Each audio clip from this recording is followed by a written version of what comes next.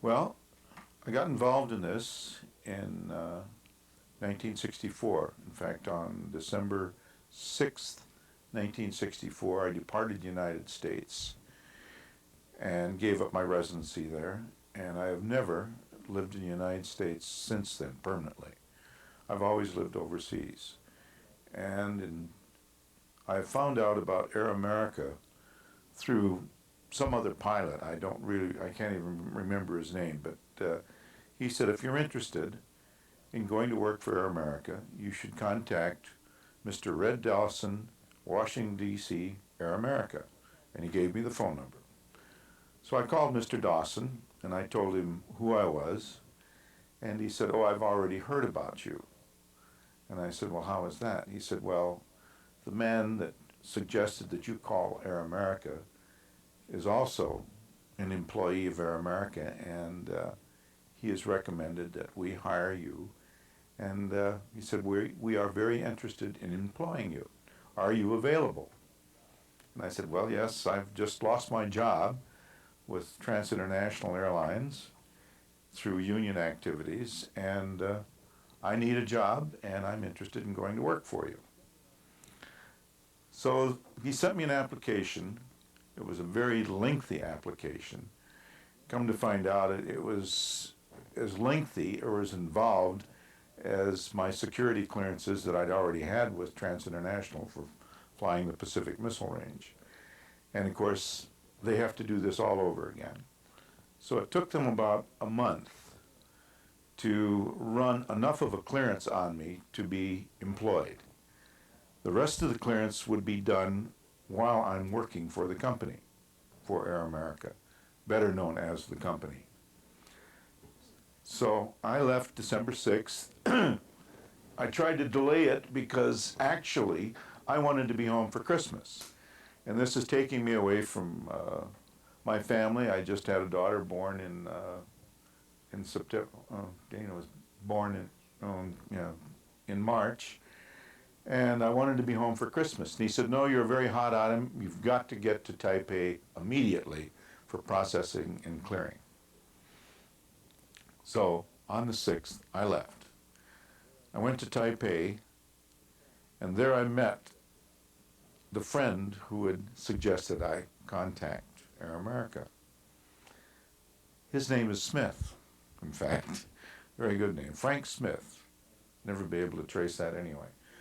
And Frank was to be my boss, and I'm to go into the training division of Air America. In the meantime, Frank said, I need some help to sort of rewrite the manuals and help out Air America, CAT, and everybody else. Well, that's another interesting point. I should back up here. When I was hired by what eventually became Air America, I was hired by Pacific Holding Company. The next time around, I find out that I'm working for CAT, which is now Civil Air Transport. I thought I was hired for Air America. The next time I take a look at my paycheck, I'm working for Air Asia Incorporated. And finally, about 3 or 4 months later, I ended up working for Air America. Pacific Holding Company is the mother company. They run the entire organization. Pacific Holding Company also had, I wish I could quote their names, but they had a lot of very high-powered Americans that owned the company, and some of them were senators at the time. The man that was the president of the company, his name was Doyle, D-O-L-E, and Mr. Dole used to be a pilot with Pan American, a captain with Pan American. Somehow he got into the Air America Corporation and became its president. Mr. Grundy was the head of the Air Asia Corporation. Air Asia Corporation ran the entire maintenance facility. Air America did the flying, Air Asia did the maintenance. Pacific Holding owned everything, and CAT, which is actually General Chennault's airline, became, or I should say the Air America, or all the pilots, used to fly also CAT. So when we were flying, we all had the same uniform, which was gray, and all we did was change emblems, wings, and hat emblems. But I could fly for CAT or I could fly for Air America. It's the same uniform. And I've done that also. And our aircraft were licensed in, we had United States aircraft, which we call N-registered, licensed aircraft. We had B-registered aircraft, which is Taiwanese Chinese, and we had Lao registered aircraft, and we had Thai registered aircraft. And then we also had some F-28s, or let's say T-28s, excuse me, T-28s, which had no license at all. The T-28s were in the Lao Air Force, but they were flown by Americans. Anyway, after my stint in Taipei, then I was sent to Bangkok. In Bangkok, I was to be a ground instructor on, well, probably 3 or 4 different aircrafts. My specialty was C-46 because I had done a lot of maintenance on C-46s. Also, they assigned me the Helio and the Pilatus Porter, which is a Swiss aircraft. And we used to do screening for the T-28s. Became very embarrassing because sometimes these pilots that came into the organization were straight out of the Air Force or out of the Marine Corps. Pilots would request information on our T-28 program. T-28 program was definitely a top secret program, which was nobody was supposed to know about. So I would just say, I don't know what you're talking about. I don't know anything about T-28s. You'll have to take that up with your chief pilot when you get up into Laos or down to Saigon or wherever you're going. Then about 6 months later, I would see this individual coming back, and he would then mention to me, he said, well, I did find out about the T-28 program, and he said, it's a very interesting program, very well-paying program. And I said, I just can't discuss this with you. I said, I know all about the T-28 program, but I said, you will never hear it from me. And this was just one of our several, what we call spooked programs. We also had what we called the black ships, which were C-123s painted black. I guess this is, I don't know why the government decided to do that, but we would pick these aircraft up in Okinawa. They were special photo ship and gun ship, and we would fly these aircraft. And we also had another project with a black ship on it that was the C-130s, and they were also picked up in Okinawa. The crews were sent to the Air Force, trained by the Air Force, but they flew these aircraft with B markings on them, which, as before I said, were Taiwanese markings. And of course they knew that if the aircraft ever got shot down or caught, that you're gone. I should probably back up here and explain a little bit of the processing when you go through Taiwan. After you're hired, you're into the program, into the company, then you go in for a security clearance that is run by Air America only, which I believe is also run by the CIA, because the people that did this interview I'd never seen before and I never saw them again. And they would take you into this room. It was very dramatic, and we called it the black room because they had a black door. And we would go in there and we would be interrogated, and they would run a lie detector test on you. And every time you change projects, or if you went into a more classified project, you would have to come back down to Taipei and be re-interviewed and sent through the black room again and interrogated. And the reason I know this to be true is that a friend of mine wanted to go on the 130 project as a flight engineer. He also was an instructor with me in Bangkok. His name, I can give you the first name, but that's neither here nor there. He's dead now anyway. Wouldn't make any difference. He was a good Texas boy. He said, I want to go as a flight engineer on the 130. And I said, well, you'll have to go back to Taipei and you'll have to request an upgrade in your status. So he went back to Taipei and he was interviewed there. And when he came back, he said, they fired me. I said, well, what happened? He said, well, I went into the interview, and he said, as I was taking the lie detector test, they asked me if I'd ever been in jail. And I said, no. And he said, they asked this question about 3 or 4 times. And he said, finally, they just said, the test is over with, you failed it, and you're fired. And I said, well, what had you done? And he said, I'd been arrested for drunkenness, drunken driving, and thrown in jail overnight. And he said, I didn't admit it on my test. And he said, they fired me.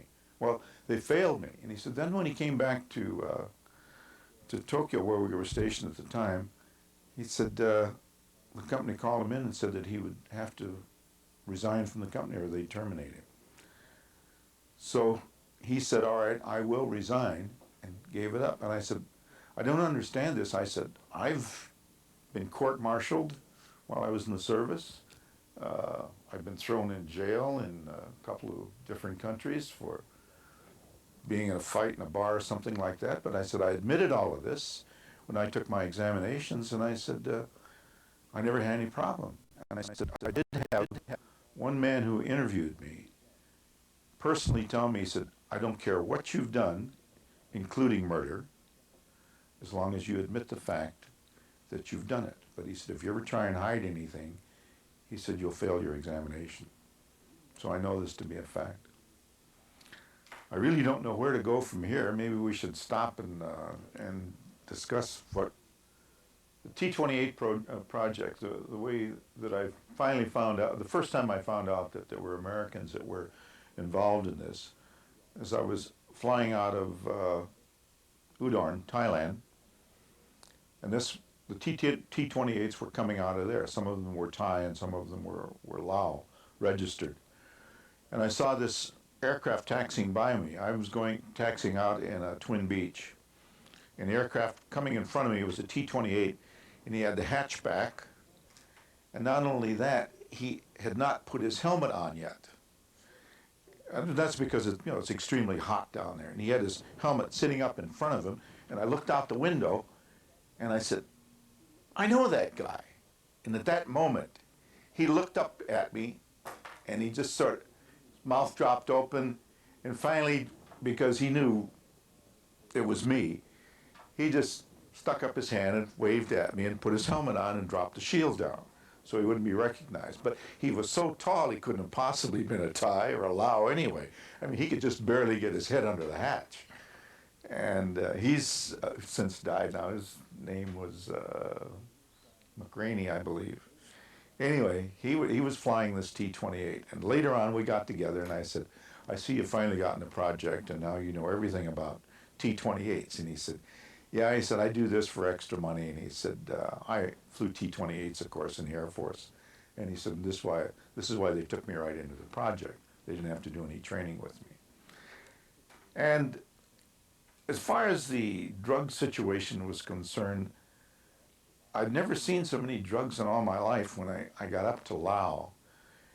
In fact, I had taken my wife up there, and we were having we had a Christmas vacation. I'd since left Air America, and I was flying for Japan Airlines at the time.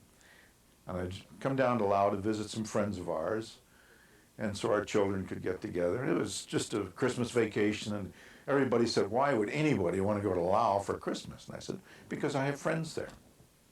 I was invited to the embassy party, in fact, and the ambassador at that time was a man called Godley. We called him God. He liked to be called God. He treated everybody as if he was God. And when I went into the party with my wife, with this Air America friend of mine, all of a sudden everybody started looking at me because they didn't know who I was. And another attaché up there. His name was Tobar. He came up to me. He was very friendly. Started talking to me and everything. He said, uh, "I don't believe I know you." He said, "But you look familiar." Finally, this Air America friend of mine that we were staying at his house, I mentioned his name, he's still alive. And he came over and he said, "Look, Tobar," he said, "it's all right. He used to work here, but he's not working here anymore. But he is ex-Air America." With that, Tobar said, "Oh, well, it's perfectly all right then, you know." And then they let me alone. Even Godly shook hands with me, or I should say God, and we had a very nice evening. But as far as the drug situation, the first time it really came to my attention, we were walking around the city of Vientiane, which is at that time a beautiful city, lovely place to be. And I saw this young man, Lau, sitting in front of this store, and he had part of an Air America uniform on. And he was eating heroin raw out of a 2 kilo bag, just eating it. Now, I don't know very much about drugs. So I went and asked a friend of mine, I said, "Can you actually get something out of that by not injecting it?" And he said, "Oh yeah." He said, "If you take enough of it, you know, and you swallow it," he said, "it gets into your blood system." And he said, "You'll get high." He said, "How'd the guy look?" And I said, "Well, he looked pretty bad." Then I did some checking around, and this young man was one of the most valued Lao employees that Air America had ever had. He was, I believe, their chief dispatcher.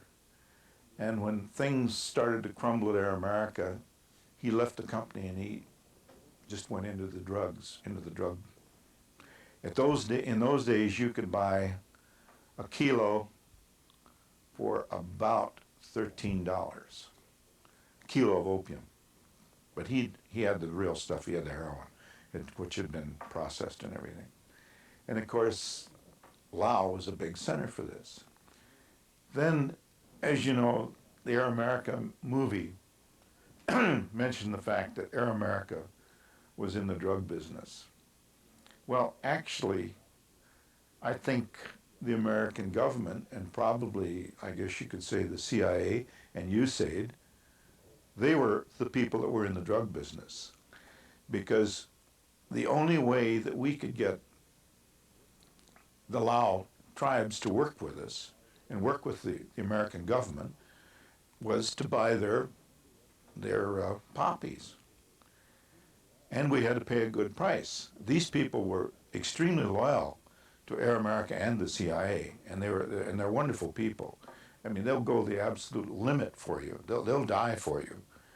But they also have to support their families.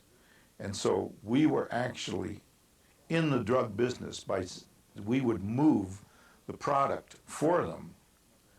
I mean, we weren't smuggling it into the United States, or we weren't smuggling it into European countries or something like that. Actually, we were just moving the raw product over to the Golden Triangle, and the Golden Triangle do the processing there. And then from there on, however they got the drugs in and out of other countries was not our concern. But we were moving the raw materials for them. And this little Lao would have his little bag, and he would truck this off, get on our airplanes, and haul this stuff down to the Golden Triangle, and of course sell it at market value, whatever the druggies were paying for it down there. And this is how, technically speaking, we were in the transportation end of it, but the CIA was actually supporting these people. They tried to get them to raise other products, but no other product grows that well. In fact, it's still being grown up there to this day. This is where they make their money, and this is where they make all of their money. And without the opium, there wouldn't be, I mean, the poor Lao would starve to death.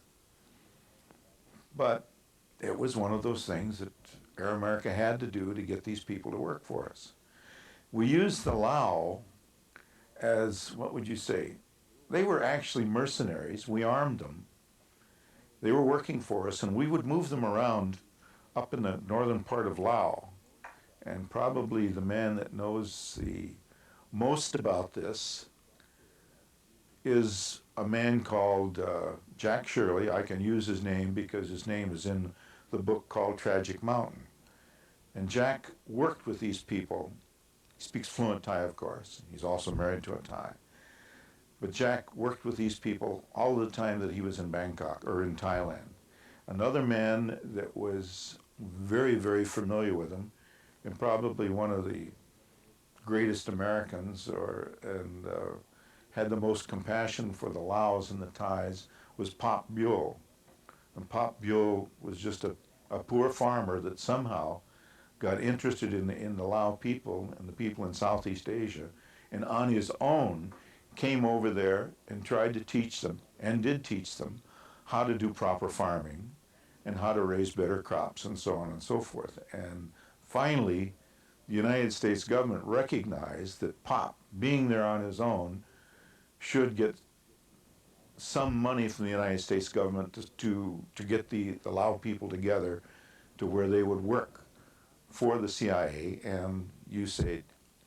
And Pop was really the biggest leader over there. And he taught them more about raising other crops and trying to, I guess you would say, trying to get them out of the poppy business and into some productive crop that would not be involved in narcotics. And Pop has since died, but he was probably the biggest hero in all of the Southeast Asia and the war over there. But a wonderful man. And I think we should take a little break right here. So,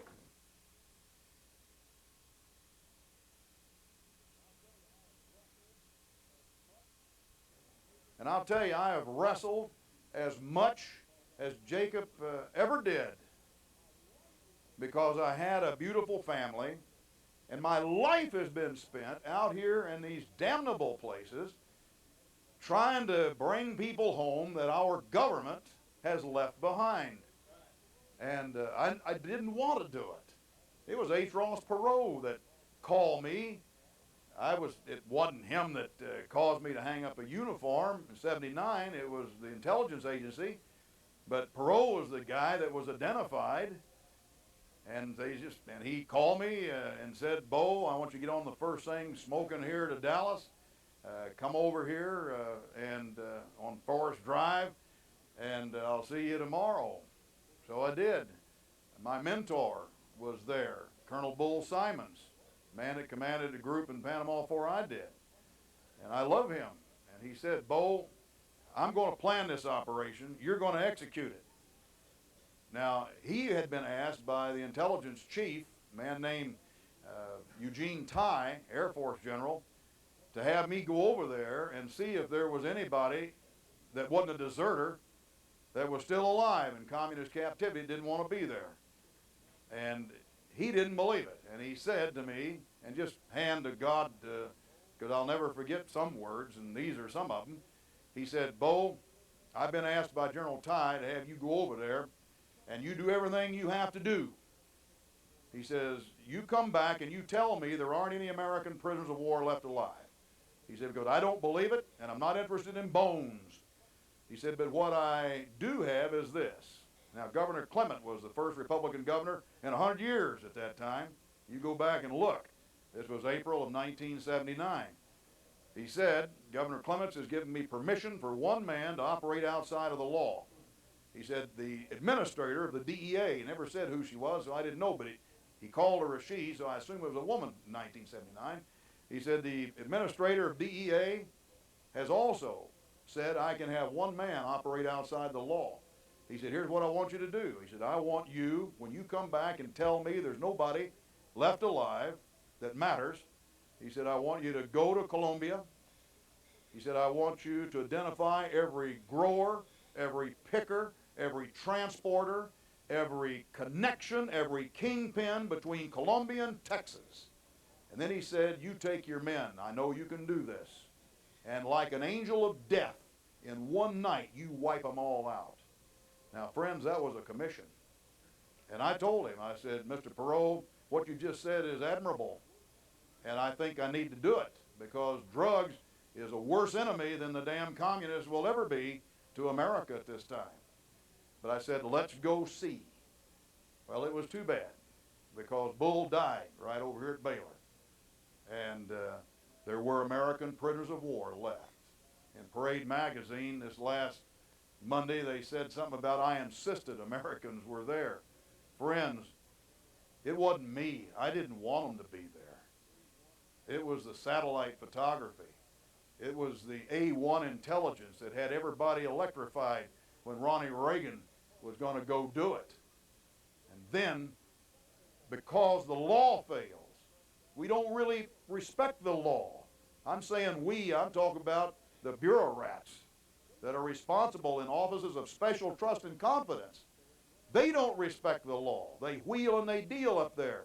They're in rarefied air. They don't think that they have to follow it. They think that they're above it or beyond it. But by God, those men, you should never send those men and women that you don't bring them home when it's over. And so I learned some terrible things, and I want to just outline some of them for you. It's not leaving our prisoners of war behind that is a breach of law. My eyes were just like a kitten. I love this government. In my book, if you read it, it says that my book is dedicated to my wife and to my mistress. My wife, CJ, and my mistress, SF. SF is Special Forces. I've loved her. And I've told my men she's fickle. And you better love her because someday you'll look and she'll be loving somebody else when you're too old or when you're gone. And I never denied my men anything that would make them better than what they were, because that's, you guys depend on people like me. And I've never let you down. But I saw some terrible things. It was, Westmoreland in his book wrote about some impossible missions. I was just a young soldier. I didn't know how we were able to do these things. Like a bumblebee. I didn't know we couldn't fly, so we just did. We did some impossible things. Why couldn't we bring home our prisoners of war? We were this close. It was like the destroyer rode the damn Mekong River. But it always seemed like that we were catching more fire from behind than we were from the front. It was like Pogo said. We've met the enemy and he's us. But I just wouldn't believe that it was something in our government. It was just bad luck. It was coincidence.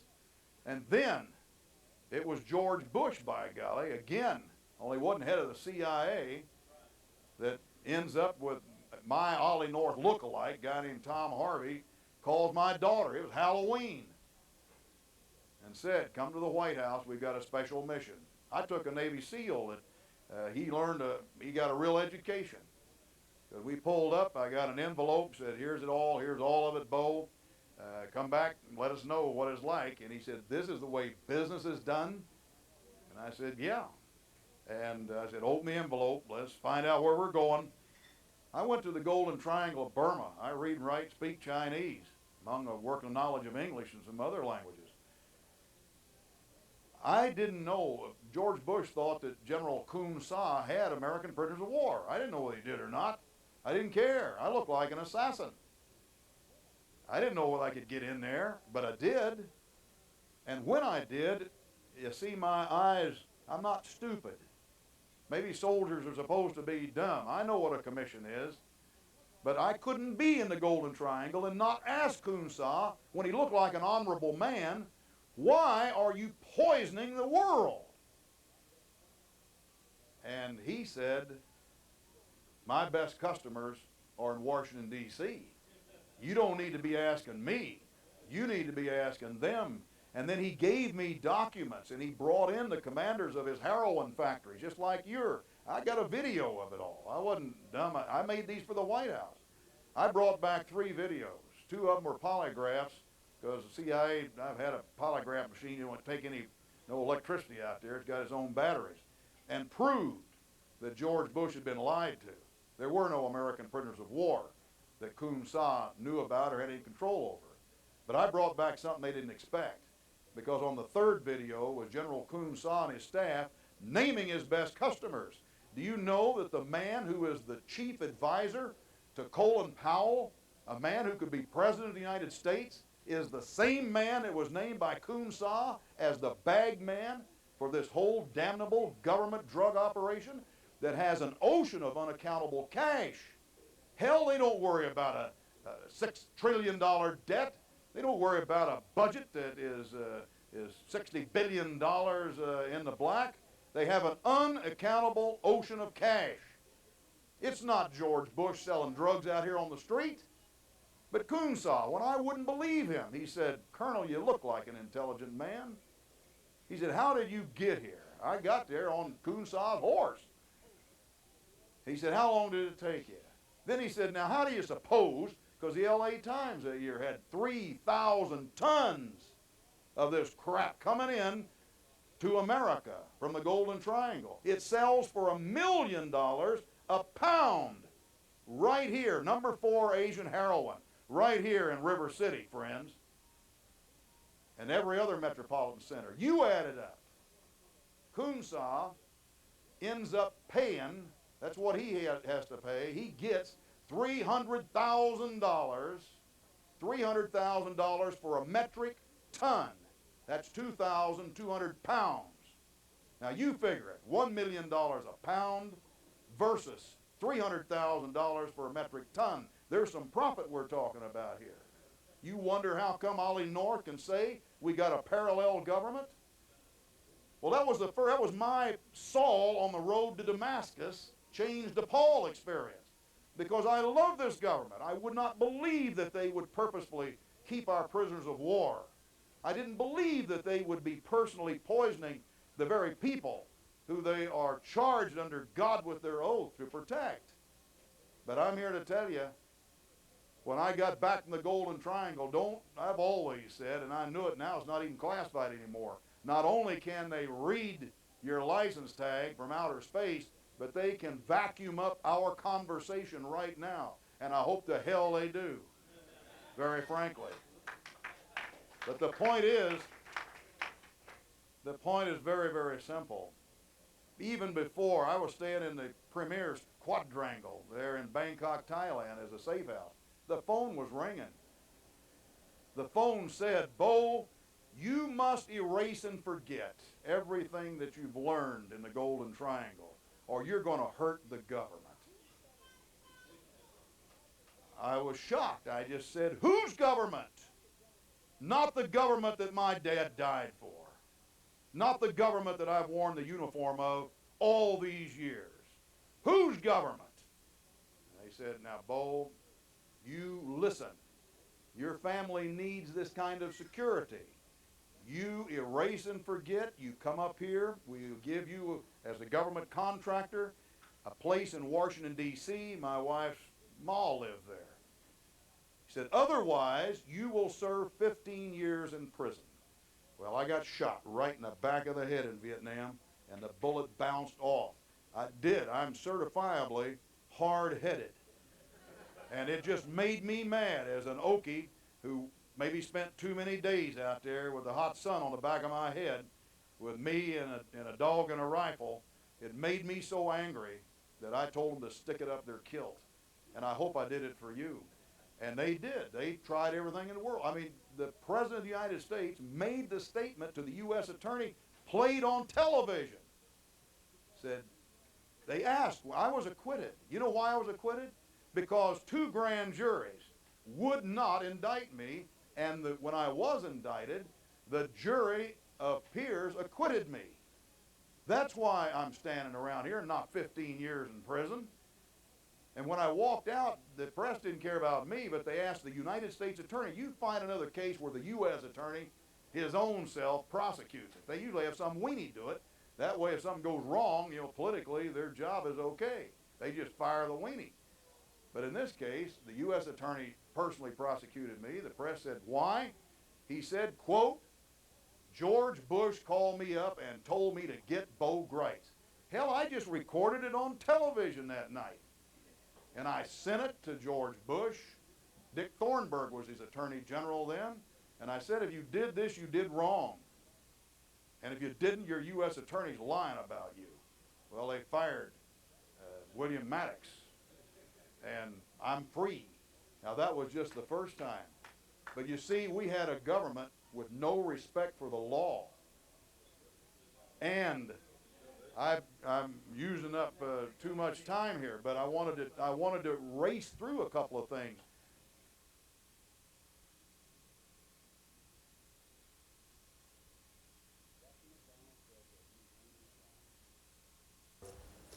Dr. McDonald said that he was laying on the couch, and he was awakened by two white males and a black male in Army fatigue jacket with E6 sergeant stripes, and a white female with long blonde hair, white floppy hat, boots, and a black skirt. They were chanting, the girl was chanting, "Acid is groovy, kill the pigs. Acid is groovy, kill the pigs." Excuse me. And he ended up fighting them. He grabbed his pajama tops and wrapped them around his wrists. He was feigning off the blows. The black male had a club. It ended up being a 32-inch bed slab. The two white males, each one had an ice pick and one had a knife. And he was feinting the blows, and as he says, he felt a sharp pain to his right side, lost consciousness. He woke up. He didn't know how much later he woke up. He was halfway in the hallway and halfway in the living room. And during this fight and the struggle, he heard his wife say, Jeff, help me. Or no, Jeff, the wife said, Jeff, why are they doing this to me? Why are they doing this to me? And the little 5.5-year-old was yelling, Jeff, Daddy, help me, help me. And that was the last thing he remembered until he woke up. And he went back into the master bedroom. There were 28 stab wounds in Colette. The 5.5 and the 2.5-year-old children each had multiple stab wounds in them. And he lost consciousness. He covered his wife with his pajama tops, as I guess mechanically any doctor would do, or any individual would do, to keep him warm. He lost consciousness. When the MP called the MPs, and before they arrived, he lost consciousness. When they came in, he was unconscious, and that was the story that night. Now, the government claims that Dr. McDonald was involved in an extramarital affair. They also claimed he was a homosexual and all that sort of thing. None of which, well, the extramarital affair, he admitted he had a one-night stand, but the homosexuality, no. The government did not have a good motive. Helena told us, Prince Beasley and me, that it was a drug operation, that her satanic cult group were involved in drugs, bringing drugs in from Southeast Asia in the plastic bags in the body cavities of the dead GIs. The Army planes were doing this. And if you want documentation on that, that is in the Time magazine, January 1, 1973, about the fact that they were bringing drugs in at that time through this means. Anyway, Lena said that her cult group were involved in distributing the drugs, and they were afraid that if the higher-ups, who did not know that they went in that night to murder the family, they were afraid if there was an investigation, that it could expose this whole drug operation, which not only involved Fort Benning and Fort Bragg and other bases around the country, but it was coming in throughout the United States in Army planes, and also by the CIA. Helena didn't know anything about the CIA, but she did tell us about the Army being involved in it. So the higher-ups were afraid that if they investigated the group, that it would expose this whole operation, and therefore they basically framed Dr. McDonald. And the poor man is still serving 3 consecutive life sentences. We've had several appeals, but to no avail. Now, what happened that night in detail, as I said, Helena talked about the movement around the house, the cries and the complaining and the yells by the mother and by the child. But she also said that something strange happened. In the middle of all of this turmoil, there was the phone rang, and she picked up the phone, and somebody said, "Is Dr. McDonald there?" And Dwight Smith, who was the black male, according to Helena, told her, "Hang up the goddamn phone," and she laughed and she hung up the phone. We found that individual who made that phone call. His name was Jimmy Fryer. He related that conversation to us. Helena related that conversation to me. She'd never met Jimmy Fryer before. Helena said that While she was in the child's bedroom, she tried to ride the rocking horse, but she couldn't because the spring was broken. I asked Helena, which in other words, she would not have known that spring was broken unless she was in the house that night. I asked Helena to give us a diagram of the floor plan of the house. She did, although we found out later that she had been in that house before on a pretext. I also asked Helena to give me details about the furniture. Now, she described a jewelry box in the master bedroom. And I said, Helena, describe it to me. She described it. So I wasn't satisfied with her description, which did match the jewelry box. I went to Sears, Roebuck, got a catalog, brought it back, and let her thumb through all the jewelry box. She picked out the precise jewelry box that Dr. McDonald's wife had on the dresser in the bedroom. There's no question in my mind that Helena was there that night and her group was there. We've had 2 other confessions. Greg Mitchell, who according to Helena is the one that actually murdered Colette, the wife, he's left-handed by the way, confessed on a drunken stuber to his neighbor that he had murdered some people. Didn't say exactly who on the base. 3 people, he said. And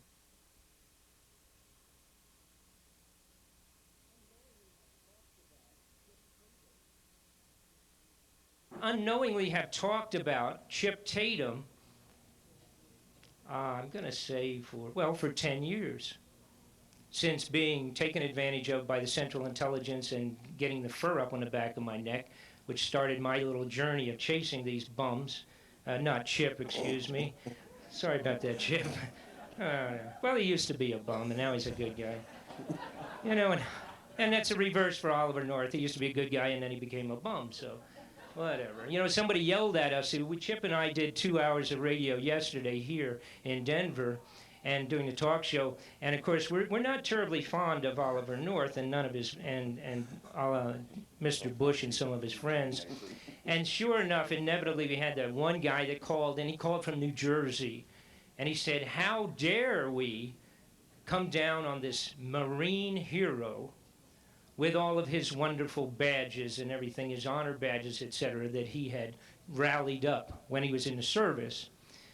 And as a matter of fact, he asked Chip, he said, how dare you do this? He says, what have you ever done?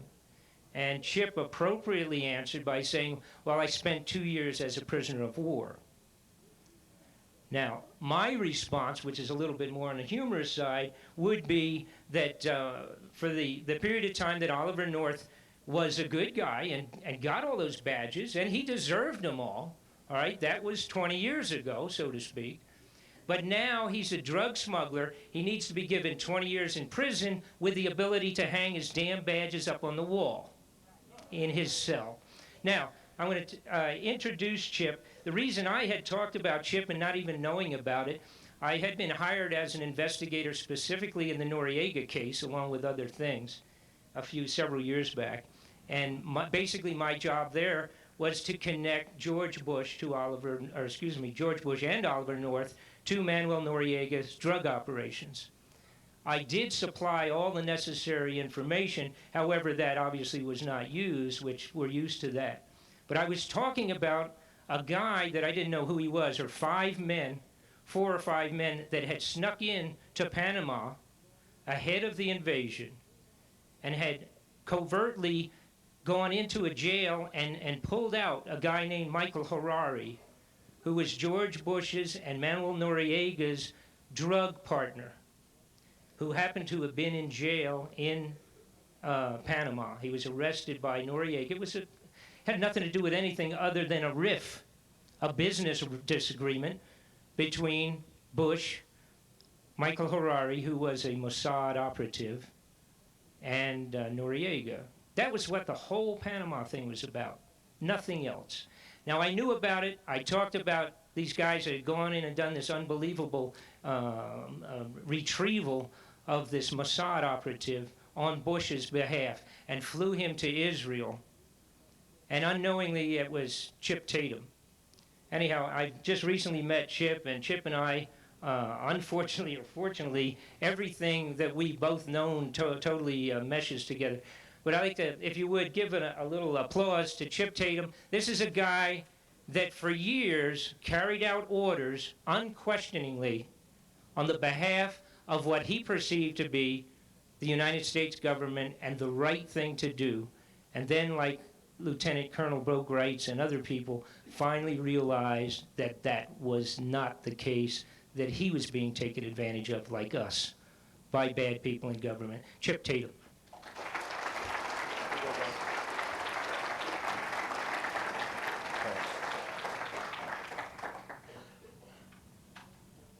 I've been a bad boy. I hope you bear with me. I'm not a public speaker, folks. I'm a spook. I'm not used to being seen. I'm used to being able to sit in a crowd like many of you think you've noticed some of our friends sitting in the crowd and milling about. You know, if they worked for me, and as one of the leaders of the Pegasus hit teams, if these people who are milling through here, these agents who are here, hi folks, if they worked for me and they were that obvious, they wouldn't work for me long. I'm going to tell you a way, though, that at the end of this meeting, that you can tell who it is.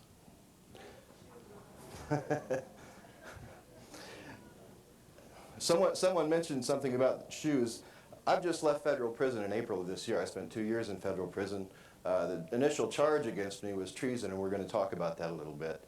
But while I was in prison, we didn't have regular shoes. So if I start limping around, whenever I put on hard shoes, we had the little softback canvas shoes to wear in federal prison. So you might see me take my shoes off and walk around. Don't don't get insulted because of that.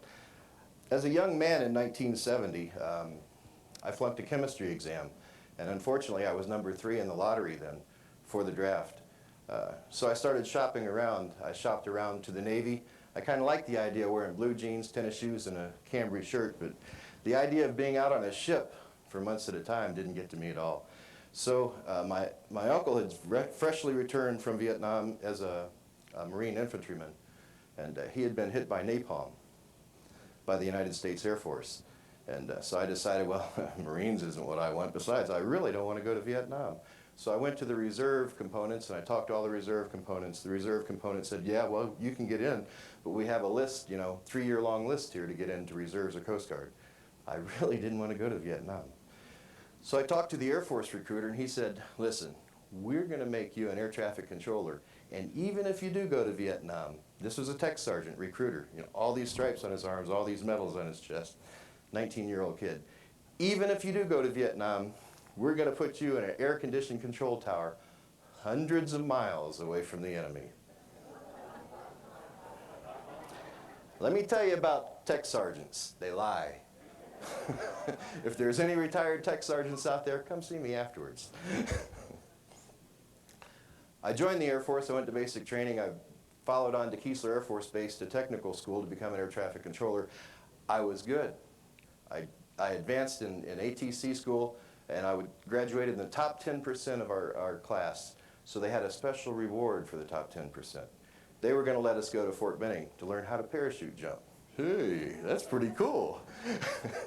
So we went to Fort Benning, these 10 airmen, you know, 1-stripers from the Air Force, the only Air Force guys on that base. We got up in the aircraft. I stood at the door for my first static jump, and I just decided, you know, this really doesn't look like a lot of fun. And the jump master gave us the go, and I hesitated. The next thing I knew, I had a fist in my gut, and I was rolling out. That was my first jump. Since then, I made 200 combat jumps. In an arena where it's not fun, and I don't sport parachute any longer, or never did after that, simply because I don't like just hanging there feeling useless. I'm afraid red dots might show up on me or something, I don't know. So at any rate, we found through that training and through some survival school training we went to, they said, the Special Forces sergeant who was running it, the DI drill instructor, said, son, how come you're so happy-go-lucky, you Air Force guys? Don't you know what you're going to do? I said, yeah, we were the top 10% of the class. We're going over to Guam or Vietnam or somewhere, and even if we do go over to Vietnam, we're going to be an air-conditioned control tower 100 miles away from the enemy. He looked at me and he laughed. He said, boy, they got you. Let me tell you what you are. You're the first class of combat controllers. What a combat controller does is here's the enemy, and here's the friendly, and when our forces are pinned down, we're going to drop you in with a parachute between them, and you're going to call in the airstrikes so that we don't hit our own guys. And then you're going to have to rendezvous with them and take them to a safe zone that we set up. I sure would like to find that tech sergeant. I went TDY on my first, actually I got sent to Oklahoma after that for my first permanent station, Tinker Air Force Base, to the 3rd Mobile Communications Group. I was sent TDY to NKP Thailand. While I was in NKP Thailand, I was attached to a group of Special Forces personnel as their communications man. This team was known as Team Red Rock. They worked under a Task Force Alpha out of NKP. Our first job was to infiltrate Cambodia, blow up the Phnom Penh airport dressed as North Vietnamese sappers, exit the area, and come back to NKP. Unfortunately, we didn't know that while we were briefed by 2 people from Washington, well, people from Washington and 1 man from Saigon. The person from Washington was General Haig. The person from Saigon was a man we called Mr. Peepers because he looked so much like Mr. Peepers in the old show that from the what was that, the 70s, 60s. So we called him Mr. Peepers. We didn't know who he really was, but you know, we were told, hey, you know, those guys are spooks. So we did our mission. When we attempted to return, we didn't know that the orders from the White House is no one can ever know. No one can ever know that we took the allies in Cambodia, attacked them dressed as North Vietnamese, blew up the assets on the Phnom Penh airport, killed some of their men, left North Vietnamese sappers dead on the runway, and exited the area. No one can ever know that those were Americans that did that. And the reason no one could ever know is the Cambodians were our allies.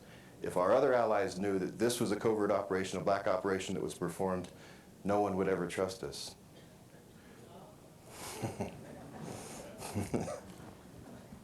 I got some news for those guys in Washington. When you're out in the field, you know that no one trusts us. But Nixon ordered the assassination of Team Red Rock by Montagnards, who were village men who supported Special Forces in Vietnam. Fortunately for us, the men who planned that operation didn't agree with the Nixon orders. They knew the Montagnards were no match for Team Red Rock. Now, I was just a new guy on the block. I mean, I couldn't figure out why M16s didn't have more bigger clips, because I just held it down till the barrel melted. But these guys were good that I was with. They were Special Forces, they were CIA, they were SEALs, they were the best of the best. And I was glad that I was with them. We were captured by the North Vietnamese. When we were held in captivity, our captors were North Vietnamese, our interrogators were Soviet, and the men who tortured us were Chinese officers. So as you can see, the news that we have today of the Chinese infiltrating the United States strikes a real special tone in me. It vibrates to the very depths of my soul. And I'm here to tell you today, the Chinese are not our friends. That's just a little information from a guy who's been out there for a very long time. They're not our friends.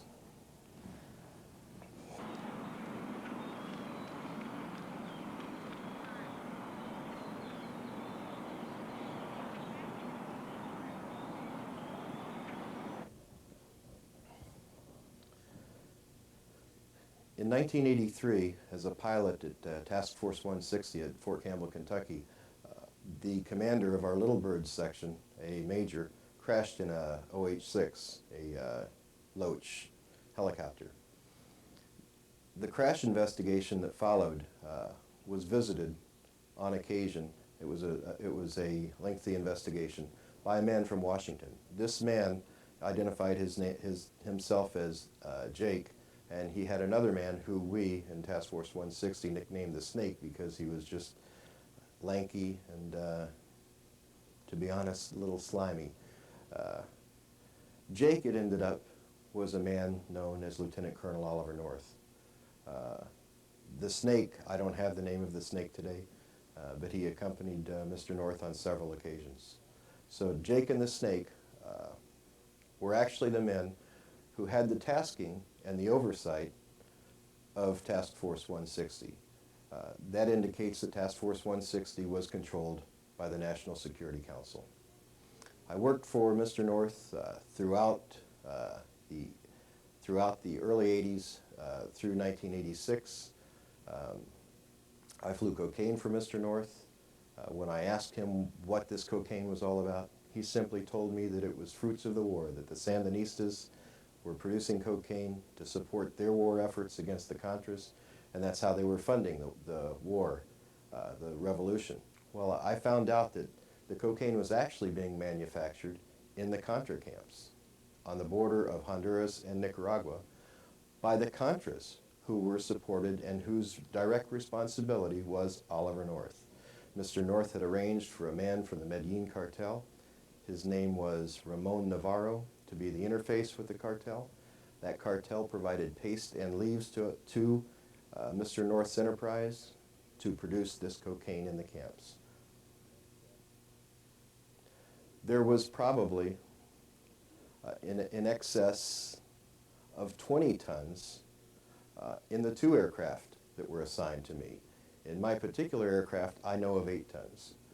So when you look at the enormity of the monies produced by these flights, in the helicopters we would fly the cocaine in medical coolers marked medical supplies or vaccine or something similar, something that would be generic, that we would consider as humanitarian, because that's what the Bolin Act required.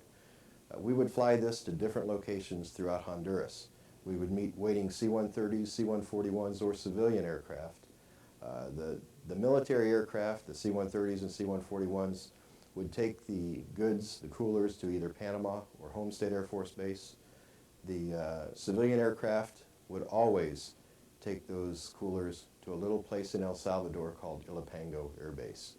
You will, if you research this, you will find that Sally Castillo talks about Ilopango Air Base, about 2 particular hangars at Ilopango, which were the housing unit for the cocaine being brought into the United States.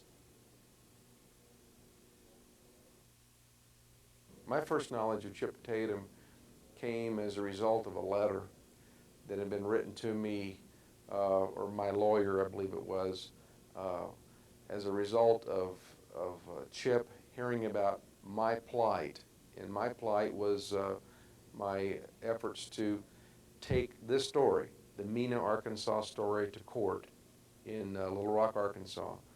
And this letter was routed through a radio station down in Florida. It took a long time to get to me, but as I read this letter, I became very, very interested in what this man knew. What he outlined in a very unclassified and general manner was his complicity in the same operation, but at a different end of the spectrum. I've never professed to know it all. I only know what I was involved in. Now I know what I've investigated, but the supply side of the cocaine chain, I've never known for sure who was handling the cocaine, where it was coming from. But based upon Chip's letter, there were 2 areas of interest. One, he indicated he did know where the cocaine was coming from, and he was saying this through the eyes of an Army helicopter pilot based in Honduras at that time frame. So I became extremely interested, and so did my lawyers. The other element of intrigue within the letter was in Guadalajara, I had worked with a man named, as I knew him, Pat Weber. Pat Weber, in reality, is a Israeli Mossad agent named Amram Nir. Amram Nir was killed in Morelia, Mexico. I believe it was in 1987. I may be incorrect on that date. 88, I believe it was 88. Let me back up. Amram Nir was killed in an aircraft incident in Morelia, Mexico in 1988. I always found Amram Nir's death suspicious in that he was a very cautious agent. He didn't like to fly in single-engine airplanes. I had taken him flying in my twin-engine airplane, and he even seemed somewhat disturbed to be in a small twin-engine airplane. And when I heard Amram Neer had died in an aircraft crash in a single-engine airplane near Morelia, Mexico, that sort of went against the grain, and I became very curious of the circumstances surrounding his death. I was able to get a hold of the Mexican FAA and found out that the crash scene had actually been disturbed before the crash investigators arrived to it. I found it interesting that Amram Neer had the corpse in the airplane crash had two passports, one an American passport saying Pat Weber, yet he was also carrying his true identity as Amram Neer, which I found that strange. Other than finding a lot of things that didn't quite add up, uh, and I was very perplexed. I'd lost another agent friend in contact. Um, I'd sort of accepted the fact this was one of these unsolved mysteries. It wasn't until I got back to the States and realized that Amram Neer was a man that had been interacting with Oliver North for quite some time in the Iran side of the Iran-Contra equation. And in fact, Amram Neer's testimony, had it ever been taken during the Iran-Contra hearings, would have probably dispelled a lot of myths that had been created by the CIA, the National Security Council, and the Reagan-Bush administration. And those myths being the amount of proceeds that were generated off of the so-called Hawk missile sales to Iran. It was Neer who was the cutout that had arranged all that to happen. So it was very convenient for Amram Neer to be unavailable, to be testifying before the Iran-Contra hearings. Now, in Chip Tatum's letter that I read, he made veiled reference to having knowledge about what he called a shoot down near Morelia of an airplane containing an agent. And it was after my lawyer and I went down to Tampa, Florida to interview Chip that he actually divulged to me that he had been involved, had direct involvement in the shoot down of that airplane. Of course, according to Chip's statement, and I have no evidence to believe otherwise, he did not know, nor did anyone on his team know, that the person inside was in fact an Israeli Mossad agent. In fact, they'd been briefed, according to Chip, that this was an international terrorist who had to be taken out. While I was in Honduras, I flew over 8 tons of cocaine at the direction of Oliver North. To even think that Oliver North was ordering this for the good of the country and in support of that war is absolutely absurd. And let me explain to you why. To run that war on an annual basis, it cost about $25 million. Congress did not appropriate funds for that war only 1 year. That was 1985. Previous and subsequent years to 1985, sufficient funds were made available. The street value, I shouldn't say street value, the wholesale value of that cocaine that I was flying for Oliver North is in excess of $100 million. Where's the money? Where is the money today? I would tend to guess on that. I would tend to guess that Mr. North owns a ranch outright with no mortgage. He has a very, very large company that he is a major stockholder in, and it's going public in the very near future. He's a very wealthy man today. This is a lieutenant colonel who didn't have money for a vending machine. Where's the money, Ollie?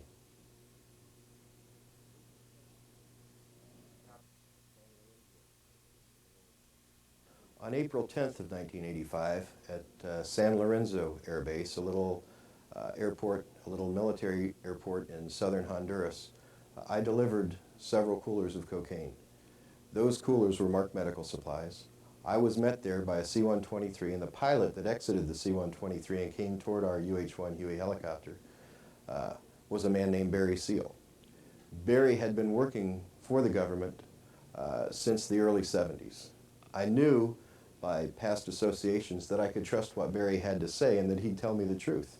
So I asked Barry, where is this cocaine going? And Barry told me, it's going to California. It's going to be made into crack, and it's going to be passed out to the inner cities. He went farther than that, and at this point I won't get into that. However, the fact that it was going there caused further questions on my part, because these were only a few coolers, and I had flown a number of coolers. And I asked him, how about the other stuff? Where does it go? How does it get distributed? And he gave me what I call the Boss Hogs list that is actually found in the Tatum Chronicles today. The Tatum Chronicles are documents from 1985 that were filed with base operations in Pomarola, Honduras, that effectively corroborates the things that I'm saying today. The originals are in the hands of the Honduran government. They are in the process of sending me one sealed original today, so that I will have that for show to the courts if they choose to proceed against these people who are involved in the trafficking of cocaine in the United States. The cocaine was actually brought into a distribution network run by the mob. Barry Seal had set up through Governor Edwards in Louisiana that anything that came into that area of operations would be handled by the Marcellos family. From there, it would be taken throughout the United States and distributed. One of the trucking firms that is used is a firm out of Mississippi called Ashley Trucking. I think a serious investigator can go to Ashley Trucking, look at what's going on, and they'll find that the people involved in Ashley Trucking have recently been indicted in drug-related crimes. They will also find that the mother of the man who runs Ashley Trucking is currently detained in a South American prison for drug trafficking. One must understand that I had never witnessed cocaine being brought into the Mena airport during that time frame. There had been rumors. There are rumors in any covert operation. I compare this back to Southeast Asia, where I worked in the intelligence branch there that worked with the CIA in Air America. And there were constantly rumors that there were renegade elements and cowboys within the organization that were in the heroin business back in those days. And those same kind of rumors persisted in Mena. But I'd talked to Barry Seal on a couple of occasions about those rumors, and he'd assured me that other than his activities relevant to sting operations with the DEA, that he was doing nothing unauthorized. He assured me that other than his activities with the DEA, which were centered around sting operations being conducted by the DEA to transport cocaine into the U.S. to track its movement through the distribution process, that no one within the operation was doing anything nefarious.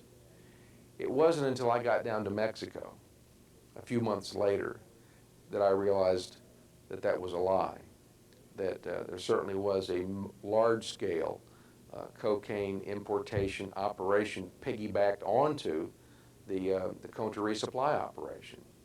So I saw, two distinct and compartmentalized elements of it.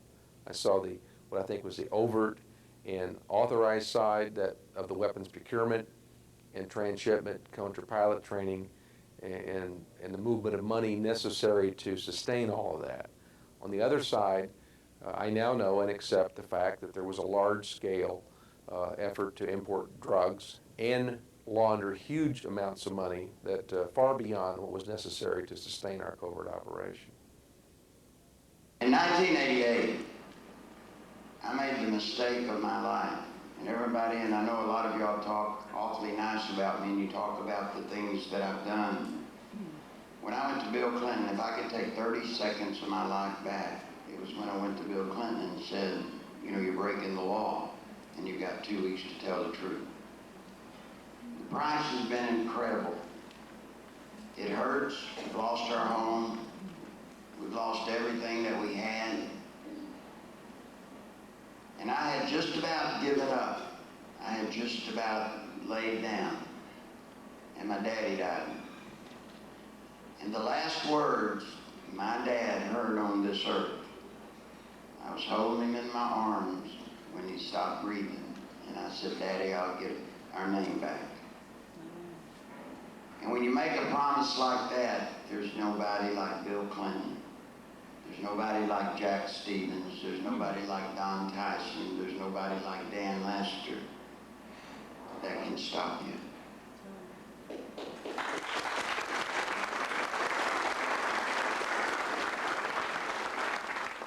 What I stumbled into in 1988, one day I went to work and I noticed that loans were not being paid back. Loans made to Don Tyson, $10 million. Webster Hubble and his family, $2.85 million. When I found out they weren't being paid back, and again, part of the promise that I've made to you is that I'll tell you the truth. It didn't bother me. It was business as usual. I knew if I did a good job of covering it up that I would get one of those loans myself. It was only when I started trying to uncover where that came from that I found out they were laundering money. And I found $771 million worth of money being laundered at the Arkansas Development Finance Authority in a man named Dan Laster's name. Now, when I talk about Dan Laster, I can't help but be just a little bit bitter because, you see, he went to jail not for selling cocaine. He went to jail for giving cocaine to a 14-year-old and a 16-year-old little girls, North Little Rock cheerleader, in exchange for sex. Now, when you see Bill Clinton stand up and tell you about David Koresh, or whatever his name was, and how appalled he is at the little girl that read her opening lines in the Waco hearing, and what he did to her. And I'm not speaking up for Koresh because I don't know what went on there. And when you see him stand up and talk about and wave his hands and look like he's mad because of the Calvin Klein commercials where they're exploiting youth, then somebody ought to ask Bill Clinton, then why in the hell did you let Dan Laster get a full and complete pardon 4 months after he went to jail? And he didn't just offend the children. He gave her cocaine. You see, that's the kind of president we have. And I want to say it real loud, and I want to look every one of you in the face. That's why I came here. I didn't come here for you to see me. I came here so I could see you. And I want you to look in my eyes. And I want you to hear me when I say to you, Bill Clinton is sick. He is a sick man. And you say, well, how can you say that about the President of the United States? Well, let me give you a short little answer. How many of you think I'm a pretty good old boy? Right? Well, let me ask you this. How many of you would think that if I went to your home and dropped my britches right in front of your picture window? Would you think I was very good then? Would you not think that I was mentally sick? Mental sick people do that, right? Bill Clinton called a young girl up to a room named Paula Jones and dropped his britches right in front of her. You see, that story is true. She is telling you the truth. And in a minute, when we go to the question and answer, you're going to have Larry Patterson right up here and you ask him. You see, Larry Patterson was personal security for 6.5 years. He worked with Danny Ferguson. You're going to find that that story is true. Let me ask you a question, since we're talking about that story and it being true and having a man that worked personal security for 6.5 years, would everyone in this room from the mainstream media please stand up and be acknowledged?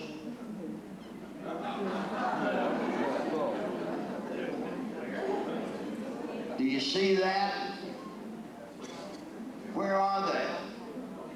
Now you let Jesse Jackson come into this hotel and you let him have 10 or 15 people standing out here and you won't be able to get to him for the media.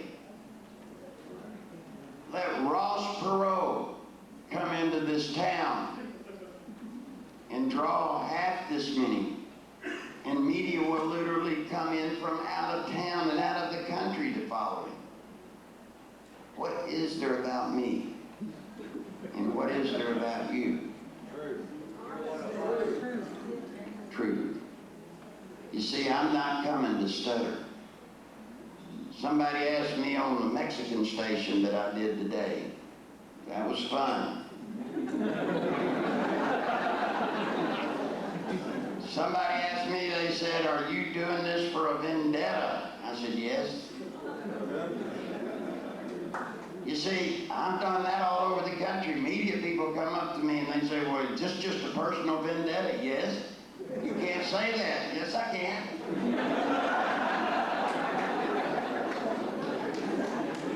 The Republicans are trying to blame you for the existence of a small air base at Mena, Arkansas. This base was set up by George Bush and Oliver North and the CIA to help the Iran-Contras, and they brought in plane load after plane load of cocaine there for sale in the United States. And then they took the money and bought weapons and took them back to the Contras, all of which was illegal, as you know, under the Bolin Act. But tell me, did they tell you that this had to be in existence because of national security? Well, let me answer the question. No, they didn't tell me anything about it. They didn't say anything to me about it. The airport in question and all the events in question were the subject of state and federal inquiries. It was primarily a matter for federal jurisdiction. The state really had next to nothing to do with it. The local prosecutor did conduct an investigation based on what was within the jurisdiction of state law. The rest of it was under the jurisdiction of the United States attorneys who were appointed successively by previous administrations. We had nothing, zero, to do with it, and everybody who's ever looked into it knows that. What I find significant about Bill Clinton's response to a Sarah McClendon question that was posed to Bill about Mena is he lied twice in his comment, or his response to her question. She had gone at great length to describe the what is perceived to be nefarious activity at the Mena airport during the Contra-Support operation of 1983 through 1986. And of course, Bill's response included two elements. One was that there had been multiple investigations, including state investigations, into the activities at the Mena airport, and that no one had found anything nefarious going on there. And number two was he was quasi-acknowledging that there had been a federal operation there when he was governor, but that he knew absolutely nothing about it. So the first part of his response about the multiple investigations and grand jury investigations is an absolute lie. Anyone that goes back and investigates just a chronological newspaper research, you can find out that the county prosecutor was begging for state intervention into an investigation, state grand jury. He went directly to Bill Clinton. The Polk County prosecutor went directly to Bill Clinton. There are letters to prove that, by the way, and he begged for funding for a grand jury. Not only did Bill Clinton not give him money, it's even worse than that. When there was money made available to the tune of $25,000, which came as a request of Congressman Bill Alexander, Democratic congressman from Arkansas, when Bill got $25,000 of federal money to initiate the grand jury, Clinton made sure that the commander of the Arkansas State Police, Tommy Goodwin, actually returned the money. And Goodwin responded that we really had nothing to spend the money on. So it's an open lie that the people in Washington don't quite understand when they allow Bill to respond in that manner. The part that I find most offensive is when he says he knew there was an operation in Mena, federal level of some sort, and that he, as a lonely governor, knew nothing about it. In other words, he's saying he was out of the loop. And I'm here to tell you, Bill Clinton was not only in the loop, he was right in the center of the controversy. And the reason I know that is because I was working at the Mena airport, as a certified flight instructor, working for the Central Intelligence Agency to train Nicaraguan nationals And over the course of the 3 years that I was involved in the Mena operation, we discovered, not only myself but other people involved, that this operation was being protected by the Clinton government. Bill Clinton's government had its fingers in the pie in many ways. And this included, my knowledge includes, on 2 occasions, meeting directly with Bill Clinton in which he and I personally discussed elements of the Mena operation, or at least they were discussed in his presence by others. You know, I wrote a book called Compromised, Clinton, Bush, and the CIA. And in that book, I went to great effort to detail a meeting that I attended in the spring of 1986, a meeting that was held in Camp Robinson, Arkansas. Now, that's an Army National Guard camp just on the outskirts of Little Rock, Arkansas, on the northwest side. And this meeting, in which I was an attendee, was scheduled to be more or less an operational discussion in the military and the Air Force when I was in the intelligence. These were called stand-up briefings. This is very typical in the intelligence community, where you get all the players together in one secure location and you discuss one-on-one your operational requirements. There's a lot of security. Normally, no or a few notes are taken so that you aren't generating a lot of classified material that may be compromised later. And it's also to ensure that there's no miscommunication. So we were having the equivalent of a stand-up briefing in Camp Robinson, Arkansas, the spring of 1986, and that meeting had been actually called by the CIA out of Washington. The person that came in to represent the CIA interest was a man who I knew at that time by the name of Johnson. Now, Mr. Johnson and I had several discussions by telephone prior to this meeting. I had Robert Johnson, and I had never had the occasion to meet him until that day or that evening.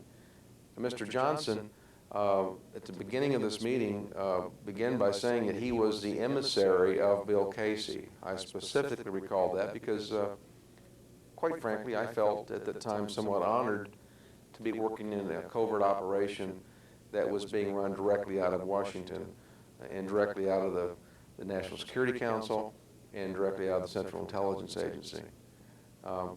The person who had driven me to that meeting is a man named Oliver North, who I think we all now know and love and or hate.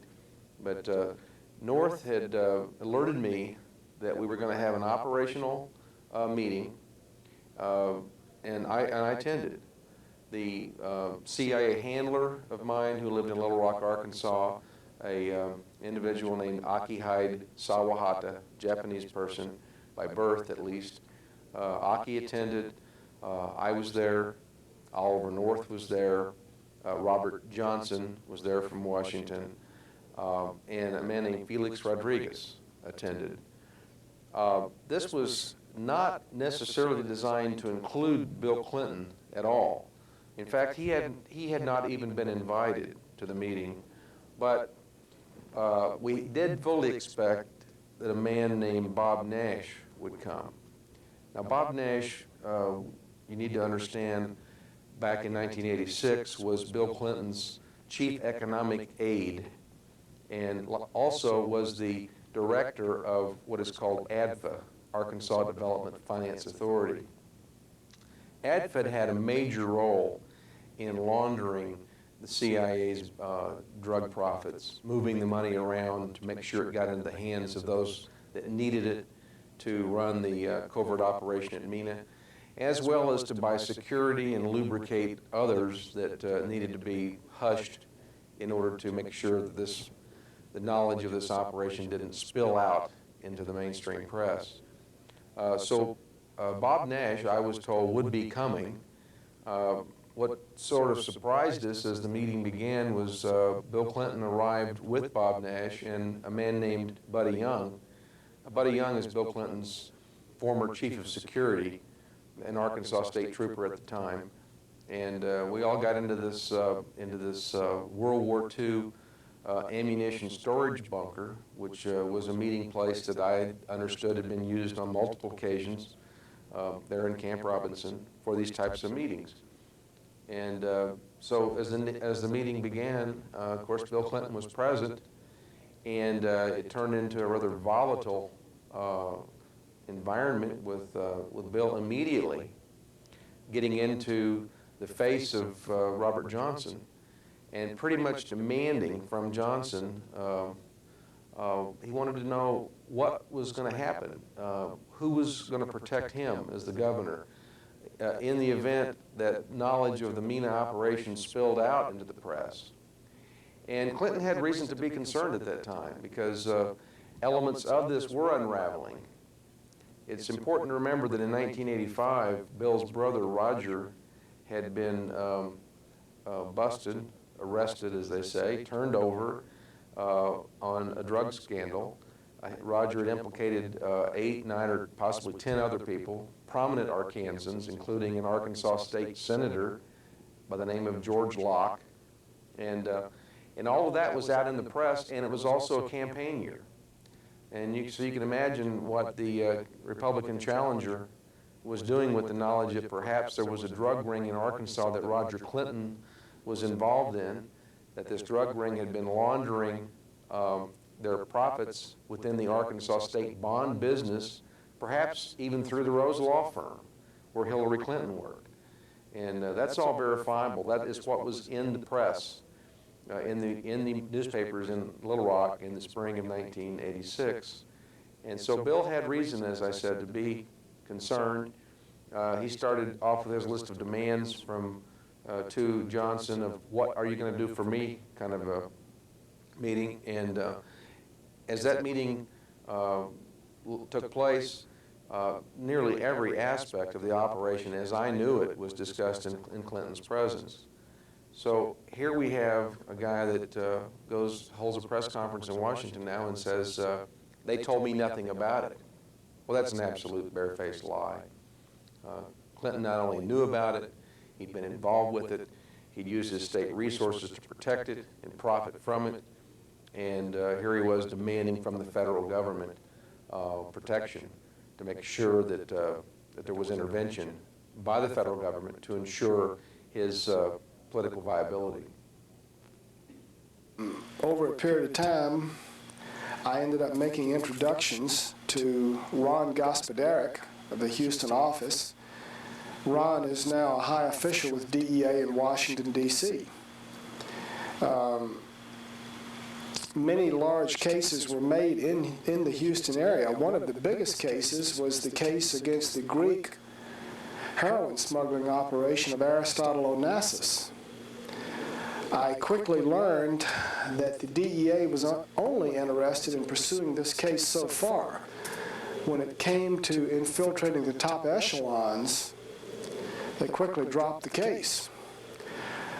Me being a young man, believing in my country, believing that I was doing the right thing, believing that I was helping the people of America stay away from illegal drugs, this really confused and confounded me.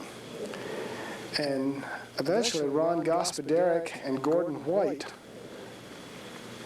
explained to me that the CIA was involved and that there were national security interests and that the case was not going to go any further.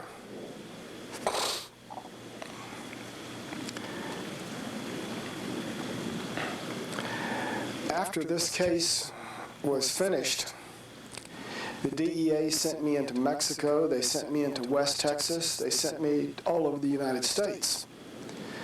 And in particular, I was involved in going into Mexico and breaking up large-scale heroin smuggling operations. There were too many of them to name. None of them were of any great significance, but the significant point is that I was working for the DEA, I was being paid, and I was an undercover agent.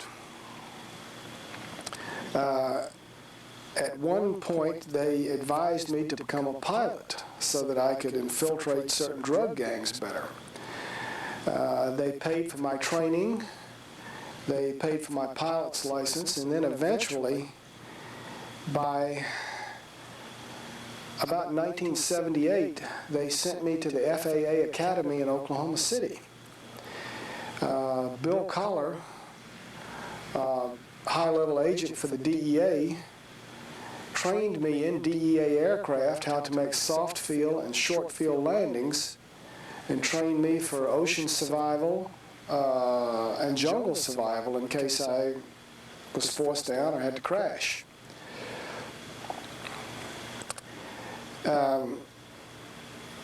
My assignments were skipping around from Copenhagen, Denmark, Stockholm, Sweden, all over the United States, Bolivia, Panama, Nicaragua, Belize, Colombia, Peru, Paraguay.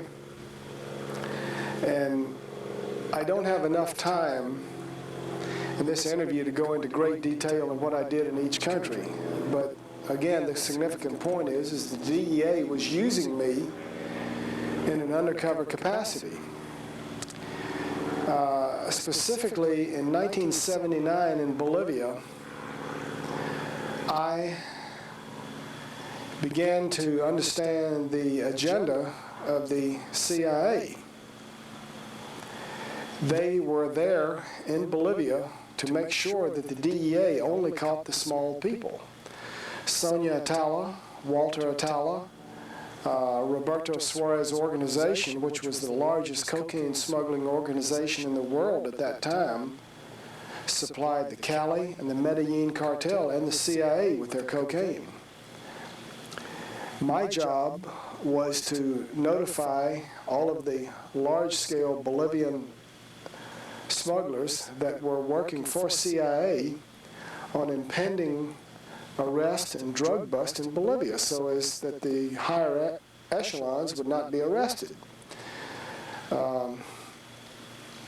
In particular, the Roberto Suarez organization was a protected organization. I was advised about Mike Levine operating out of Buenos Aires as the station chief for DEA. The movements of his informers and his agents coming into Bolivia were monitored, and I passed that information on to the Bolivian drug smuggling organizations in order that they wouldn't get caught. The CIA eventually started shipping large-scale, well, in fact, tons of cocaine into Panama, into Tucumán Airport. They were flying LAB marked 727s and 707s, and they would pull into a warehouse district on the backside of Tucumán Airport where they'd be protected by the Panamanian Defense Forces when they used forklifts to unload pallets of cocaine and placed into Sonia Atala's warehouse. Sonia Atala also had another company on the Atlantic side of Panama, the Colón Free Trade Zone. These companies more or less served to, they were really a front to ship radios and TVs, mostly Hitachi, that was the brand that they were using, back to Bolivia and to Paraguay. However, the real purpose of the company was to bring cocaine into Panama for distribution by the Mossad and by the CIA. This cocaine was flown into Nicaragua, into Belize. The planes were refueled there, and then it was flown into the United States. Now, it was probably flown into other locations, but the only two locations that I know about for refueling cocaine flights were in Nicaragua and in Belize. Now then,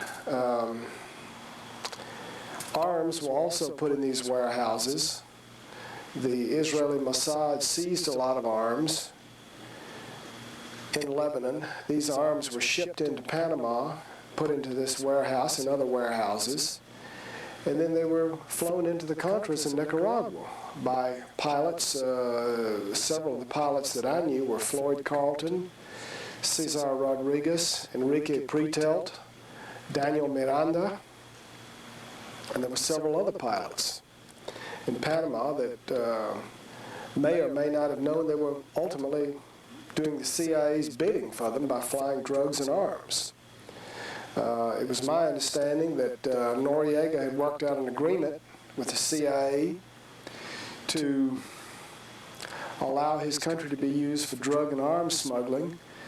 They would put him in power and maintain him. And it was kind of a working arrangement where he would give up certain small-level dealers that the DEA wanted and protect the large-scale ones that were CIA assets. I can tell you this, that Isla Contadora, where the Shah of Iran lived for a short period of time before his death, was owned by Gabriel Lewis. Gabriel Lewis had a brother who owned Banco del Istmo in Panama. Cesar Rodriguez accepted many airplanes in Isla Contadora with money, or that was the proceeds of CIA cocaine drug smuggling operations in the United States. This money was taken to Banco del Istmo and BCCI Bank. I think it's significant that Gabriel Lewis last year, I don't know about this year, was the U.S. ambassador from Panama. I think it's also significant that just prior to the Noriega kidnapping, I don't know what else you can call it other than a kidnapping, an invasion of his country, Gabriel Lewis was rescued by a twin-engine airplane sent out of Costa Rica by Bill Clinton's friend.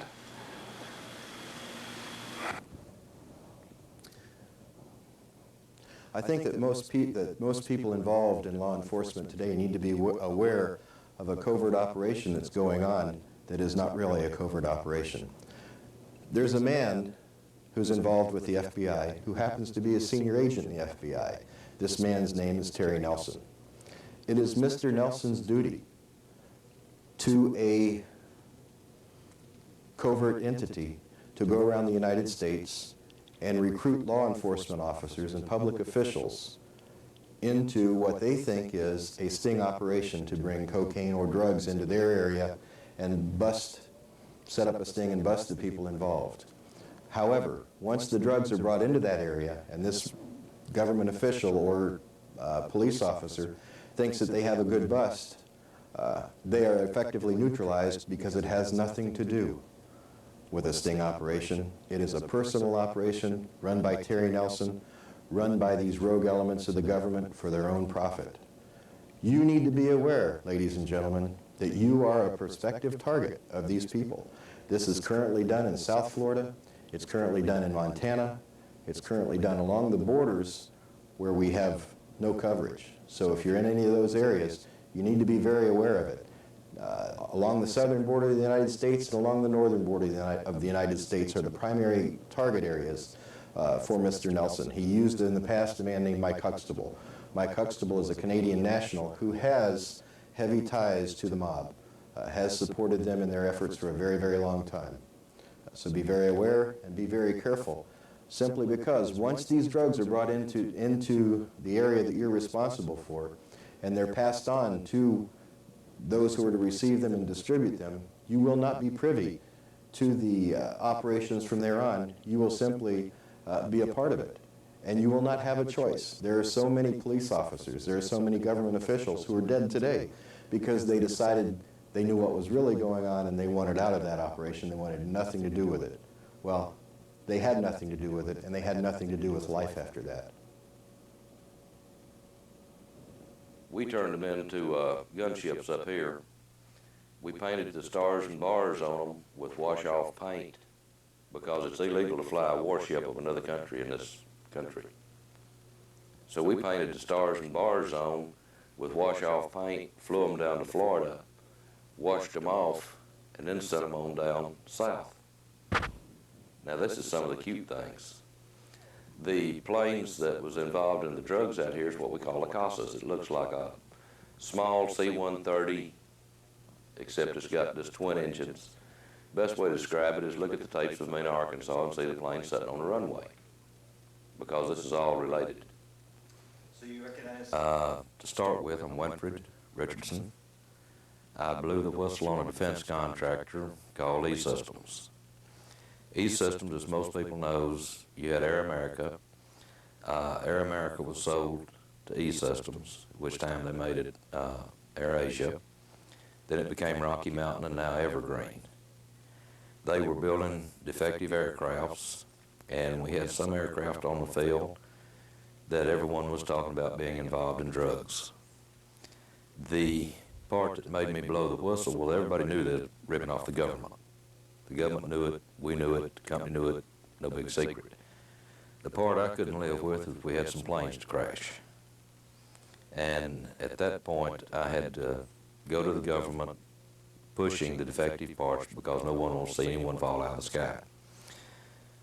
When you blow the whistle, you don't blow it on just one part, you blow it on everything. And that's when I opened up, started talking. The thing was, the government wanted certain things kept quiet. I said, okay, if it's an honest investigation and everything is taken care of and the problems is stopped, I will agree not to talk about certain things. It turned into a government cover-up, so I opened up and talked about everything. I guess the thing that started giving us the most trouble are the things that they was going after the most on me. When we were talking about the drugs, they was taking planes down on the south end of the field and changing the tail numbers. They got the idea that we was down there photographing them, as if we'd do that. They went to the Hunt County Sheriff's Department and asked him to put up these pictures of me and Louis Sams. And here it is with my name and my badge number under it. Of course, to anybody, I think they'll agree that this looks pretty much like a wanted poster. Well, Sheriff Bobby Young sits there and tells all of his deputies that I'm possibly a terrorist and that they should use extreme caution when approaching me. The word got to me from someone that wasn't friendly to some of the stuff that was going on in the Sheriff's Department. I went up there and we took this down off the wall. Well, when they did, Chief Deputy Gover told me that as far as she was concerned, I was a dangerous wanted fugitive. I had to call the federal agents. They talked to them, decided they wanted to release me. I went to County Judge Mike Ferris and told him what was going on, and he was going to take us in front of the grand jury to get them to look into the Sheriff's Department. Well, the funny part about it, Mike talked to Shelley Coffer with Channel 8 News, talked to the federal investigators to verify that I was credible, that I did have a complaint because they were looking into it. Then he tried to take us in front of the grand jury after he got it confirmed. Well, while this was going on, there was a meeting at my house. We had a special agent from Air Force Office Special Investigations, a senior special agent out of the IG's office in Washington, DCIS, special agent from the FBI, and a judge. And the whole conversation was about the drug smuggling and other wrongdoings and how it was flowing out from Hunt County. And a lot of it was to let the OSI and DCIS agent know how much the FBI was aware of. Well, after this happened, there was 3 police officers. 2 of them were supposed to have been at the meeting to tell them their first-hand information on the drug drops. Both of those police officers lost their jobs, and one of them was blacklisted, and I don't know what happened to the other one. Judge Ferris talked to Shelley Coffer one night and told her, said, they're trying to set me up for some reason. Said, I don't know what's going on, but I know they're trying to set me up. So they've been photographing me going into attorneys' offices and everything else. I go get in my car and they'll take pictures of me. So they're trying to set me up. Well, the next night he got busted for drugs. It wouldn't be so strange a judge being on drugs, except Mike Ferris wasn't a dummy. He was always clear-eyed, clear-thinking, coherent. Well, he acted puzzled to me. Now, whether he was on drugs or not, I don't know. I didn't know the man personally. I knew him professionally. But I thought it was strange because the judge at my house was one of them that was in on setting him up. An agent from the task force that was supposed to have been at the meeting had got sick and couldn't come. He was in on busting him, and so was his boss. So we had three people that knew about the drug smuggling through E-Systems, or alleged drug smuggling, whatever you want to say, that was involved in getting Judge Ferris busted. The judge wouldn't let the jury hear, but Kent Williamson was the, let me just read his answer. They asked him, said, "Who are you?" And he said, "I'm Kent Williams. How are you employed?" "And I'm a prosecutor with the Northeast Area Drug Interdiction Task Force." They wanted to know if he knew who E-Systems was, and yes, and whether or not planes could fly in and out of the country. And it said yes. Said,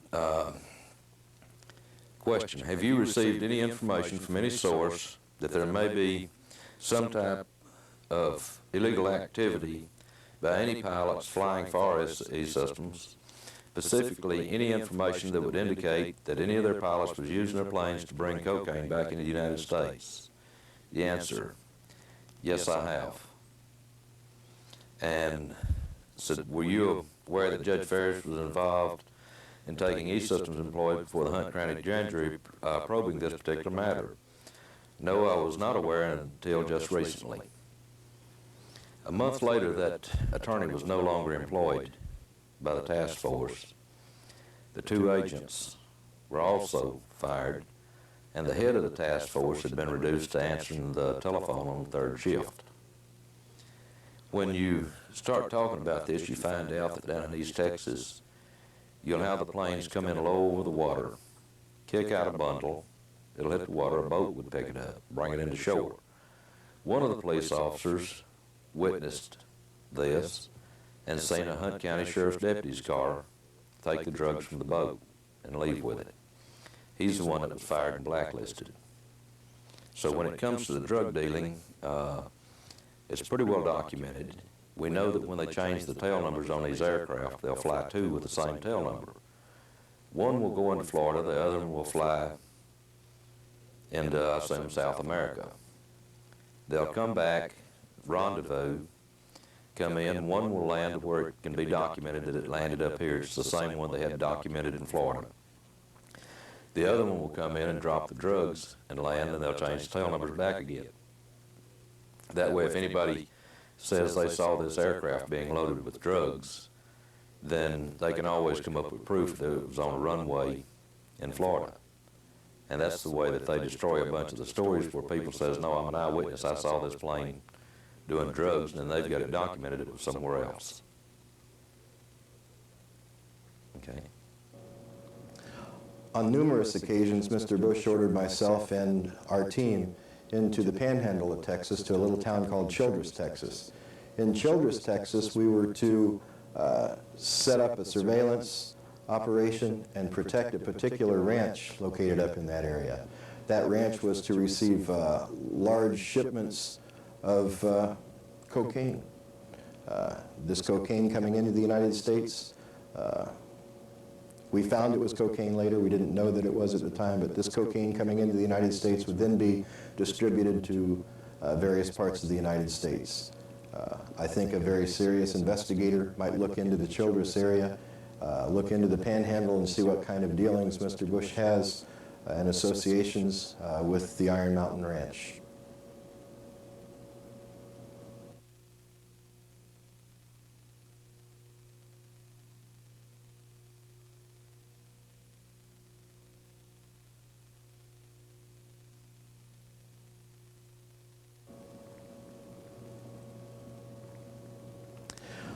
I sincerely believe that for the untrained person or the untrained eye, it's very, very difficult the way that we're able to disguise illegal operations in your area. You need a trained eye. You need someone who is aware of past histories for that area, and someone who sees subtle changes in that past history. Let me give you an example. Aircraft operating in a small airport, an increase of aircraft operating at that small airport, an increase of types of aircraft. In other words, you may have had just small single-engine aircraft operating in a particular area as normal operations. All of a sudden that increases and you have several twin-engine aircraft, or maybe even some small corporate jets coming in and out of that small airport. These are indicators, and indicators is what we've used through the years in the agency to set up a surveillance operation to look into it and see what's happening. We have a situation in Leesburg, Florida, for an example. The country music industry has for a very long time fallen under the scrutiny of many as being a primary covert operation which works with young women in the mind control industry. These young women are taken into particular mansions around the United States and they are programmed. And they're programmed to support particular covert operations. There's a situation here that many people aren't aware of. It's a service industry for the country music industry. They have large buses, but they also have their own airstrip, and they have small jet aircraft coming in and out of that particular airstrip, and it's a very quiet operation. Things that we look for on the indicator side is here is an operation which has millions in assets, operating jet aircraft, dual-engine aircraft, turbo aircraft, and buses that cost $500,000 each. Numerous buses that travel the whole United States and probably all of North America. So you know they have very large sums of money put into this, yet they aren't the least bit active in the local community affairs or the local county. They're very, very private. It's all done behind locked fences. No interviews are permitted in. No one who isn't invited in is allowed in. These are indicators.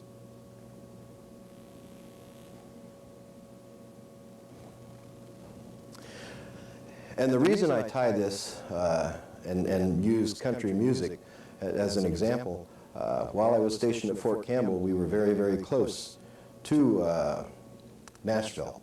On numerous occasions, I flew people from Washington, from government positions in civilian clothes who did not let us know who they were, into Nashville. They met with popular managers of these stars very quietly and behind closed doors, and I flew them out of Nashville back to Fort Campbell, where they boarded their small Saberliner provided by the United States government, and it was flown back to Washington. Sometimes they were accompanied with other people. Those other people stayed, and only one person returned back. Those two are indicators. One of the particular interesting facts on these particular flights going into Nashville is normally I would always be introduced to my passengers. I would have to put them on my manifest. On these flights, I was never told who I was flying. It was very, very covertly done. Usually night flights, never during the day. And I wouldn't know who they were, where they came from, other than I knew that the bird came in from Washington.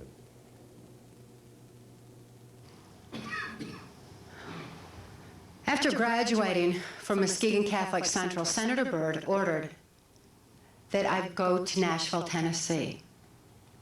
Although Senator Byrd's from West Virginia, his influence in Nashville and in Tennessee is still very strong because of the corruption that had permeated the country music industry. CIA drug running operations were going on within the country music industry. White slavery was prevalent. And the corruption all the way to the top of the politicians from Tennessee was extensive. Also, Senator Byrd fancied himself an entertainer of sorts. He thought he was a fiddler. And he'd play on the Grand Ole Opry on occasion. And it was on one of those occasions that I was first sent to Nashville. At that time, a guy playing music behind him was a guy named Wayne Cox. Wayne Cox later told me that playing music wasn't the only way that he backed Senator Byrd, but that he backed him politically as well. After the Opry, I was subjected to an occult ritual, and I witnessed a murder, the first of many that I would witness Wayne Cox commit. He shot a railroad bum right between the eyes and removed his hands. This was so traumatizing to me that I readily accepted the program that I would have to go with Wayne Cox. Of course, this was against my will. I was so terrified after what had happened, but nevertheless, I couldn't think to not do it. I could not think to not do what I was told. I had to carry out orders. And Wayne Cox became my first handler in the Mind Control Project. As my handler, he followed Senator Byrd's instructions to ensure that I was at certain places at specific times for mind control programming, and above all, for further traumatization. Because Senator Byrd was preparing me at that time for the criminal covert operations that I would be forced to participate in during the Reagan-Bush administration, and he wanted numerous memory compartments to be programmed, which would mean I would need to be further traumatized. And Wayne Cox, at that time, was actively involved as a serial killer in occultism. He took me to his home state of Louisiana, and there he was working under the direction of Louisiana Senator J. Bennett Johnston. J. Bennett Johnston's involvement in MKUltra was for mercenary purposes predominantly. At that time, mercenaries were being sent into South America. These mercenaries were mind control programmed because their government secrets could be kept behind those amnesic barriers. They have the visual acuity so that they wouldn't miss their targets. They were far more efficient. Plus they had physical endurance. Plus they followed orders. And Senator Johnston was running a whole band of mercenaries at that time. And he firmly believed that when the airplanes took these guys down to South America, that the planes should not come back empty. Instead, they should come back with large quantities of cocaine in them to fuel this New World Order effort for CIA drug operations. It was at that time that I really learned the extent of the CIA's involvement in the drug industry. I learned that the CIA's so-called war on drugs is no more than the CIA eliminating their competition. The CIA's war on drugs was being brought to our street corners and turning our streets into a bloodbath, which was exactly what they wanted. The proceeds gained from this illicit activity was funding the CIA's black budget, which was being used to usher in the New World Order. At that time, Wayne Cox was triggering these mercenaries into operation according to J. Bennett Johnston's instructions. These guys, like me, had been so severely traumatized by occult ritual that when they saw that severed hand, that hand of glory as it's called, from one of Cox's numerous victims, they automatically went into trance and robotically carried out the programmed orders. Wayne Cox remains free from prosecution due to who and what he knows is involved in MKUltra. He remains free in Chatham, Louisiana, to continue his criminal, horrific crimes against humanity for reasons of national security. The traumas that I endured in Louisiana were certainly sufficient to create those memory compartments that Senator Byrd wanted.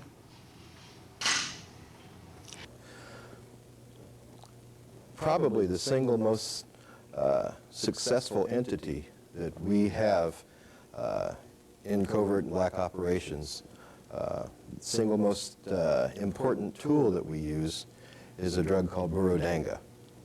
Burrodanga is made from the nightshade family.